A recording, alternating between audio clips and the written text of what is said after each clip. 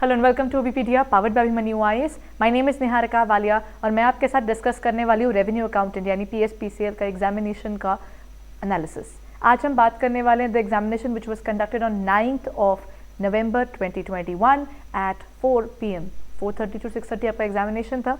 So the entire process included there were 70 questions from the commerce, finance and accounts and the rest portion was 10 questions from GK, 10 questions from reasoning and 10 questions from English.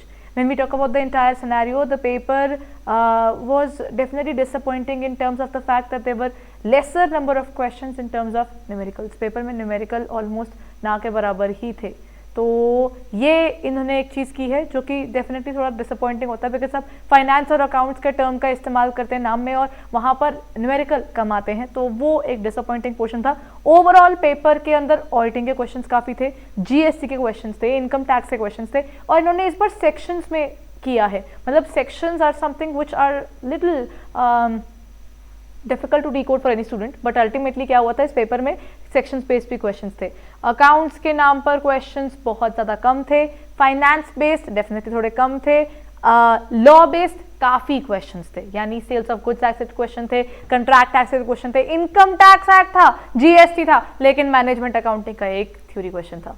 मतलब overall this paper was more theory oriented, but there was one problem in this examination, that was सीधे question कुछ एक थे, कुछ question दिया हुआ है which of the following is correct. अब वो which of the following is correct में आप बार बार पढ़ के चीज को देखोगे, वो एक प्रॉब्लम थी, क्योंकि उसके अंदर you can lose marks. And at the same time हमारे मैराथन में से काफी क्वेश्चंस एज वेल स्टूडेंट्स, बहुत से क्वेश्चंस जो हमने आपको करवाए थे उसी में से एज इट इज आए हुए थे। So let's start discussing the entire paper now.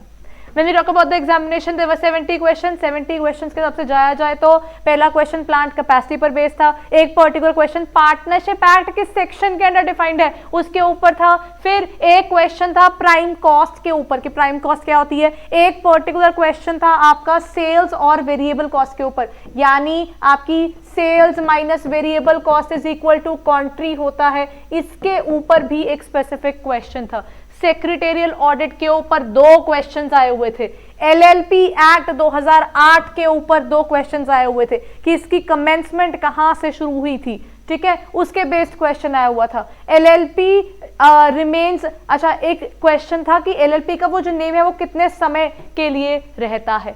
उसी के साथ साथ एक क्वेश्चन आया हुआ था sweat equity shares are non transferable for how many years. Sweat equity shares 3 साल के आसपास के समय के लिए they are not transferable. Along with that there was a particular question, this was basically ये मैंने मैराथन में भी कवर करवाया था, बेसिक क्लास में भी कवर हुआ है। Audit is derive from which word, audit कहाँ से डिराइव हुआ है, ऑडेयर वर्ड से ये डिवाइन हुआ था और उसका मतलब होता है टू हेयर, जबकि इस पेपर में आया हुआ था ऑड्रीन यानी टू चेक, ठीक है। So then there are many other things which you need to look forward to when you are doing the paper. Most of the students का अटेम्प्ट अच्छा गया था, all you need to see is कि आपकी accuracy कहाँ तक सही थी। पेपर में 80 यू के बेस पे क्वेश्चन था जहां पर लिखा था कि डिसेबिलिटी 70% है। डिसेबिलिटी जब सेवेयर होती है और डिसेबिलिटी जब कम होती है, दोनों ही केसेस के अंदर क्या होता है, सेवेयर हो तो 1,25,000 और अगर कम हो तो 75,000 की रिडक्शन मिलती है। बट यहाँ पर 70% देने से काफियों के दिमाग में वो 80% और 70% का फर्क हो सकता है, तो इसकी क्वेश्चन में गलती हो सकती है। एक क्वेश्चन था जो रिजर्व मेंटेन करना होता है बैंकिंग कंपनी को, वो कितना मेंटेन करना होता है, डिपॉजिट रिजर्व के रिगार्डिंग ये क्वेश्चन था। एक क्वेश्चन एमओए और एओए के रिगार्डिंग था जिसमें आया हुआ था कि इंडोर मैनेजमेंट के लिए रिगार्डिंग कौन सी चीज ज्यादा काम करती है when you are looking forward to the working of the organisation. और होल्डिंग सब्सिडी के ऊपर एक क्वेश्चन था जिसके अंदर लिखा हुआ था कि अगर एक पब्लिक कंपनी है और उसकी सबसी एक प्राइवेट कंपनी है तो प्राइवेट कंपनी क्या कहलाएगी, यानी होल्डिंग कंपनी जिसकी सबसी is a private company is a private company और पब्लिक कंपनी और whatever it may be. ऐसा एक क्वेश्चन आया हुआ था। एक क्वेश्चन निकला हुआ था मार्जिनल कॉस्टिंग के according what kind of costing do you really find. Marginal costing variable costing को ढूंढता है, उसके लिए फिक्स कॉस्टिंग की कोई वैल्यू नहीं है। सच अ क्वेश्चन वाज देयर, ठीक है। और नेक्स्ट क्वेश्चन है supply under GST, goods and service tax के अंदर जो टर्नओवर होती है उसके रिगार्डिंग एक क्वेश्चन था जहां पर इस बारे में आया हुआ था, और auditor of a government company, first auditor जो अपॉइंट होता है उस केस में, और अदर देन जो उसका अदर कंपनीज के लिए, गवर्नमेंट कंपनी के लिए, ऐसा कुछ आया हुआ था। एक कंसिडरेशन का मीनिंग आया हुआ था। It was written in a very different way कि समझ नहीं आ रहा था कि वो एग्जैक्टली कंसिडरेशन के थ्रू कहना क्या चाहता है, उसके अकॉर्डिंग क्या है कंसिडरेशन। ठीक है, अग्रीमेंट टू सेल के ऊपर बेस्ड एक क्वेश्चन आया हुआ था। सेल्स ऑफ गुड्स एक्ट को उन्होंने इस बार पूरा अच्छे से इस्तेमाल किया। अब यहां पर ओके, ये वाला जो क्वेश्चन है, this particular question was in GK, IDBI bank के रिगार्डिंग जीके में आया था। इनकम टैक्स एक्ट के रिगार्डिंग उन्होंने क्वेश्चंस पूछे। 54 ईसी पूछा, 54 ईसी में 50 लाख का वैल्यू होता है, एंड 87A की रिबेट कितनी है? ठीक है, 12,500, 5 lakh. This was there in the examination. LLP act का ईयर पूछा गया था। फिर एक क्वेश्चन आया था, PV ratio 60%, then the variable cost ratio would be what? अब यहां पर पीवी और आपके वेरिएबल कॉस्ट का रिलेशनशिप पूछा गया था। नेक्स्ट में मैनेजमेंट अकाउंटिंग का सिर्फ ये आपको एक क्वेश्चन देखने को मिला था, जहां पर उन्होंने पूछा था कि मैनेजमेंट अकाउंटिंग की डेफिनेशन के अकॉर्डिंग मैनेजमेंट अकाउंटिंग क्या कर लेती है, उसका कुछ फंक्शन बेस्ड एक क्वेश्चन था। एक क्वेश्चन था principle of economy in banking, उसके रिगार्डिंग एक क्वेश्चन था कि अगर वो पैसे का इस्तेमाल थोड़े तरीके से करके चलते हैं तो वो कौन से प्रिंसिपल के अंडर कवर होता है। एंड ये रहा एक लाइफ इंश्योरेंस क्लेम जो आपका अटेन करते हैं, उसके रिगार्डिंग एक क्वेश्चन था। अब long term capital gain provisions related to set off and carry forward के रिगार्डिंग एक स्पेसिफिक क्वेश्चन था कि long term capital gain long term capital loss के साथ में एडजस्ट होता है, it is not adjusted against short term, while short term capital gain goes with everything. तो वो उसके ऊपर बेस्ड एक क्वेश्चन था।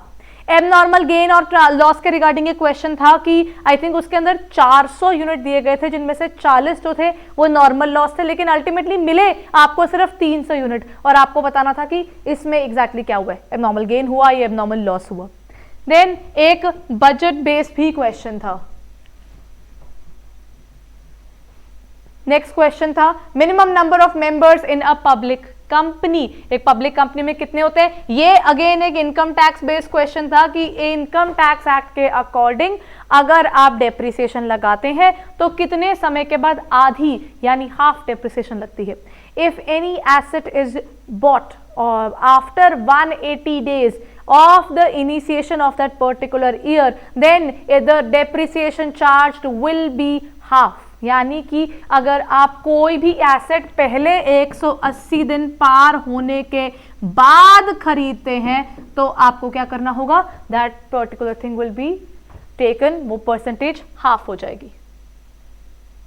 Moving on to the next question, education allowance जो होता है एग्जेम्प्ट अंडर सैलरी, वो कितनी अमाउंट तक होता है, 100 पर चाइल्ड तक का, वो उसमें आया हुआ था। एक हाउस प्रॉपर्टी के regarding, see this is the point, बड़े क्वेश्चंस थे इनकम टैक्स की, ऊपर की प्रोविजंस, कोई बहुत डीप प्रोविजंस में नहीं गए थे, लेकिन हाँ ऊपर की प्रोविजंस उसमें देखने को मिल रही है। हाउस प्रॉपर्टी के रिगार्डिंग उन्होंने बताया था कि हाउस प्रॉपर्टी का जो कंस्ट्रक्शन प्री कंस्ट्रक्शन पीरियड की अमाउंट होती है वो कितने समय बाद आप उसे क्या कर सकते हो, वो कैपिटलाइज कितने टाइम के लिए रहती है, अराउंड 5 years के लिए वो रहती है। जब आपका कंस्ट्रक्शन कंप्लीट हो जाता है, पोस्ट कंस्ट्रक्शन पीरियड आते ही किस समय पर आप उसको रिडीम करना शुरू कर सकते हैं, तो वो 5 years होता है। Who took the combined decisions over state and central, ये ना सेंटर सेक्रेटरी, ये जो स्टेट और सेंटर वाला पॉइंट है ना, दिस वाज प्रोबेबली एक जीएसटी क्वेश्चन भी था, जहां पर जीएसटी की काउंसिल के ऊपर एक क्वेश्चन था। ठीक है, वो भी आया था। सेक्रेटरियल ऑडिट किस सेक्शन के अंडर कवर होता है, इसका सेक्शन भी पूछा गया था।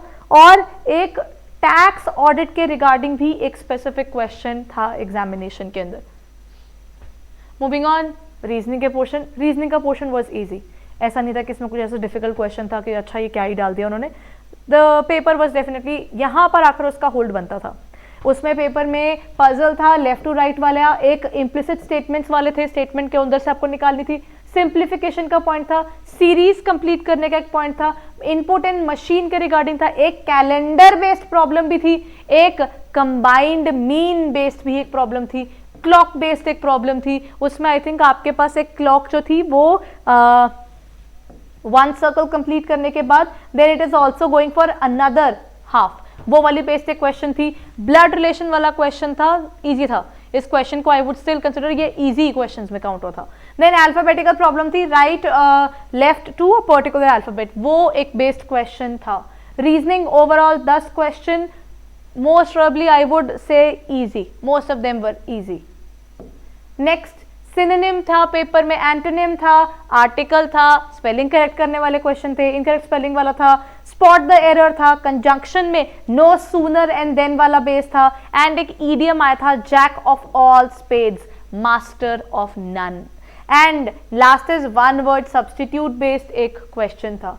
इसमें आई थिंक जो एरर वाला था वो थोड़ा सा अलग सा था, otherwise this was all easy. Overall, when we look at this portion, this was something which was controllable in your hands. Next, आपके पास इनका जो अलग सा पोर्शन था वो जीके का था। जीके के अंदर जितना भी इनपुट मिला है सबका जीके का पोर्शन कम अटेम्प्ट किया गया, जो कि एक स्मार्ट मूव होता है, बिकॉज अल्टीमेटली यू लूज 1/4 यानी 0.25 for every mistake you make, यानी आप 1.125 खो देते हो, ठीक है, सॉरी 1.25 आपका लूज हो जाएगा, ठीक है। तो अगर आप ऐसा लूज करो तो इसमें क्या क्या रखा था, पंजाब का पेपर था, बट उन्होंने पूरे नेशनल लेवल के अकॉर्डिंग जाते हुए जीडीपी ऑफ एमपी डाला था, लोकसभा कॉन्स्टिट्यूट्स ऑफ एमपी डाला हुआ था, और इन्होंने T20 के अंदर जो नेम ऑफ द जर्सी जो इंडिया के जो भी क्रिकेटर्स पहन रहे हैं उसका था द बिलियन सीरीज, उसके रिगार्डिंग एक क्वेश्चन था। न्यू जो अपॉइंटमेंट हुए हैं एडवाइजर टू मोदी, वो उसके बेस से क्वेश्चन था। एक क्वेश्चन था कि पेनिनसुलर रीजन में इनमें से कौन सी रिवर नहीं पड़ती, उसके रिलेटेड था। और एक क्वेश्चन था regarding a particular disease which they stated, और उससे आगे लिखा हुआ था कि कौन से विटामिन से इस पर्टिकुलर डिजीज का प्रॉब्लम आता है। ओवरऑल द और भी क्वेश्चंस थे, but this was the max we could take out. As soon as उनकी आंसर की बाहर आती है तो हम डेफिनेटली आगे फर्दर उसके रिलेटेड बात कर पाएंगे। Till then when we talk about the entire examination, this examination was more of theory than practical. जब आपने करेक्ट इनकरेक्ट किए होंगे उनमें ज़्यादा चांसेस हो जाते हैं आपकी गलतियां होने के, अदरवाइज जो इनका क्वांट और रीजनिंग इंग्लिश का पोर्शन वो कंट्रोलेबल था। यानी कि अगर आप सबने जो अटेम्प्ट में गड़बड़ की है या फिर अटेम्प्ट कम किया है, वो एक एरिया होता है जीके का, और दूसरा एरिया आ जाता है कुछ क्वेश्चंस तो सेक्शन बेस्ड हो जाते हैं in terms of the commercial, यानी कमर्स वाला जो एरिया था। तो then this was the entire paper. And अच्छा, एक क्वेश्चन इसमें मिस हुआ है, वो है क्वांटम मेरिट पर बेस्ड एक क्वेश्चन था फ्रॉम कंट्रैक्ट एक्ट, ठीक है। So this was the entire paper. इनमें से बहुत से क्वेश्चंस आपको हमारे पोर्टल पर मिल जाएंगे, रादर हमने यूट्यूब पर ही इनमें से काफ़ियों को डिस्कस किया हुआ था।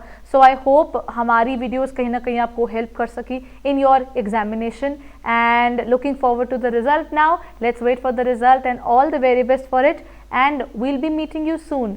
जैसे ही कुछ और आता है इस इन्फॉर्मेशन के रिगार्डिंग हम आगे आपको अपडेट ज़रूर करेंगे। Thank you so much guys.